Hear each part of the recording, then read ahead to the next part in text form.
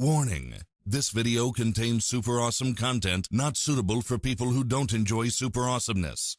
Viewer discretion advised.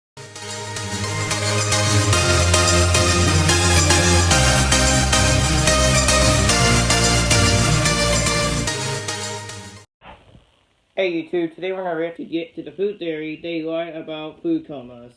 Let's enjoy this video in 3, 2, 1, begin. Give it to me straight, Doc. Is he gonna make it? I kind of felt bad for Steph. She looks sad. We did everything we could, but he's in a coma. Is it treatable? Oh, totally. He's gonna power nap and wake up hungry again. Garbs, you know? Why are you looking at me like that? Oh, she's mad. Steph's mad.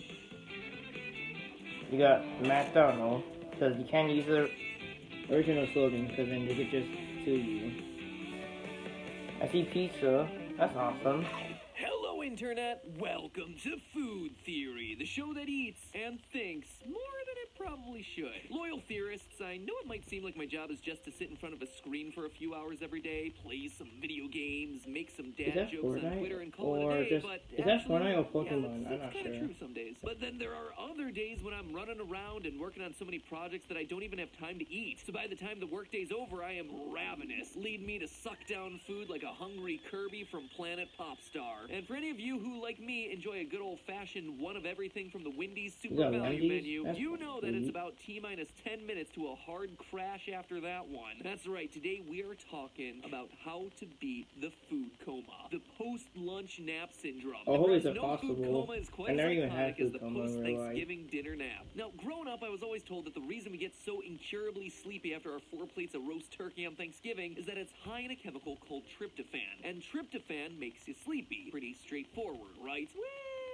there's one teensy tiny problem there. It's not true. For one thing, turkey isn't as high in tryptophan as other foods like pumpkin seeds, soybeans, and mozzarella cheese, none of which get blamed for food comas during the holidays or at any other time, really. And second, while tryptophan does promote the production of serotonin, a neurotransmitter that is one of the keys to sleep, it does that most effectively when your stomach's empty, and the tryptophan doesn't have to compete with a lot of other stuff in your system. So thanks a lot there, elementary school. I'll add turkey makes you sleepy to the countless other lies that you told me. Pluto is a planet. You won't always have a calculator in your pocket. After 3rd grade, everyone will expect you to use cursive. Seriously, if tryptophan isn't the big bad wolf behind food comas, what can we trust from elementary school? Was it all a lie? Is mitochondria even the powerhouse of the cell anymore? Folks, today food theory is digging into the body chemistry behind the good old post-pizza pass-out. Because if we can understand why food comas actually occur, then we can optimize our eating habits in order to avoid them. So loosen up those belts a notch or two, theorists, because today we're binging on the science of food comas. If we want to defeat the mighty food coma, which is known to the nerdiest of nerds as postprandial somnolence, we first have to understand why it occurs. And that means going into the chemistry of our digestive system and how it affects the brain. When food hits our stomachs, the body responds by producing a cocktail of chemicals and hormones that tell the rest of our body how to react. One of those types of hormones, known as enterogastrone, tells the body how to regulate blood flow. And so when a big brick of fatty, sugary, or protein-heavy food hits us in the gut, more blood is diverted from other tissues and sent to the stomach to deal with sorting nutrients and aiding digestion. The ultimate result of enterogastrone production is sleepiness. See, when our stomachs break down food, one of the main substances that our bodies use is glucose, the simple sugar. As glucose hits the bloodstream, we see 2 major effects. 1, the body releases insulin, which tells the body where to store the sugar that we just produced from the food we ate. And 2, while insulin helps our bodies process a number of the amino acids that it got from the food that we've eaten, one amino acid that it doesn't regulate is that old pal tryptophan.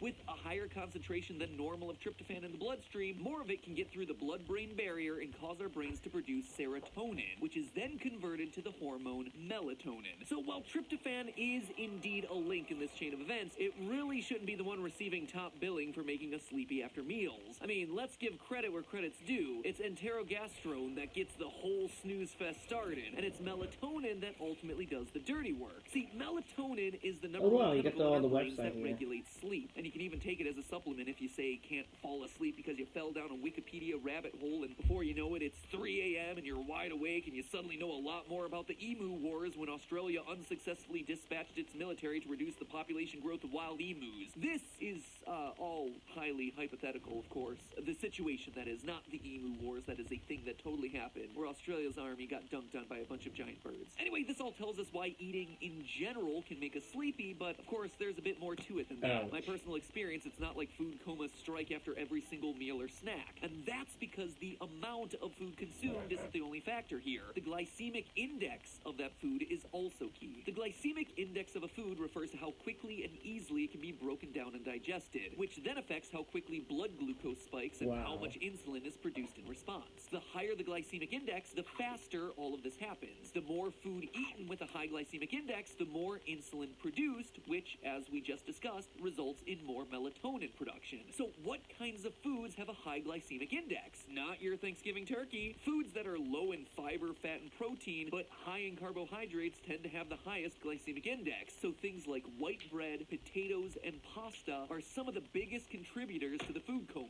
So while it may be true that a turkey dinner is going to make us sleepy and lethargic, it's probably the starchy and sugary side dishes, not the turkey, that are actually causing our blood sugar to spike, which then kickstarts the whole food coma process. So does that mean the answer to the food coma is to go all paleo diet and just ignore all the carbs? Well, yeah, that would certainly reduce the effect of the food coma, since things that are slower to digest don't cause such dramatic spikes in glucose slash insulin slash all the things that come with it. However, a food coma-free carb experience is still possible if those carbohydrates are balanced out with plenty of protein, fat, and fiber to make your body digest things a bit more slowly. But let's just say, for the sake of argument, that I'm not interested in doing a well-balanced meal. I'm in one of those hungry Kirby moods, and all I want is to eat a pile of mashed potatoes the size of a baby and not get groggy. Is there any other way that I can hack my body into avoiding the food coma? Like, say, caffeine? Because we all know that I have a borderline inappropriate relationship with Diet Coke. Well, the short answer is yes. Caffeine could potentially counteract the effects of a food coma. It just needs to be timed right. See, caffeine messes with some of the chemistry in our brains, particularly a molecule that's instrumental in causing sleepiness called adenosine. If you remember your AP biology, adenosine is a chemical that provides us with energy. And if my memory serves, a lot of adenosine triphosphate is produced by the electron transport chain. I gotta admit, I have no idea what any of that means now without me looking it up and refreshing myself on the information. Because go figure, it turns out that not just elementary school makes us focus on things that we will absolutely never need to know later on in life. But I digress. Now, this gets a little technical, but adenosine fits into both A1 and A2A receptors in our brains. A1 receptors are associated with sleepiness, and A2A receptors are associated with preventing the release of dopamine, the neurotransmitter we associate with feelings of pleasure that generally make us feel pretty awesome possum. The reason caffeine helps us stay alert and feel good is that it has a similar molecular shape to adenosine and can fit into those receptors, therefore preventing the adenosine from getting into the receptors and making us drowsy. So if you drink some Starbucks with your loaf of Wonder Bread, will that keep you from getting sleepy? Maybe a bit. But when your body is working to digest all the food that you just binged, there's a lot of competition going on down in your small intestine for what to absorb and what chemicals for the brain to produce. This is the kind of thing that's hard to study scientifically, since feelings of alertness and drowsiness are all subjective and rely on the feedback of a test subject. But to get the most bang for your caffeinated buck, you'd likely need to consume your caffeine before you go on your food binge, to make sure that the caffeine has settled solidly into your A1 receptors before your brain cells call in the adenosine. Of course, that would also require you to know well ahead of time that you're going to eat half your body weight in pasta, and in my experience, that tends to be an action taken out of impulse. So it's not like we're always going to be able to stop and say to ourselves, you know what, I'm going to go on an embarrassingly massive food rampage in a few hours, got to get that caffeine fix first. So long story short, if you want to avoid food comas, it's not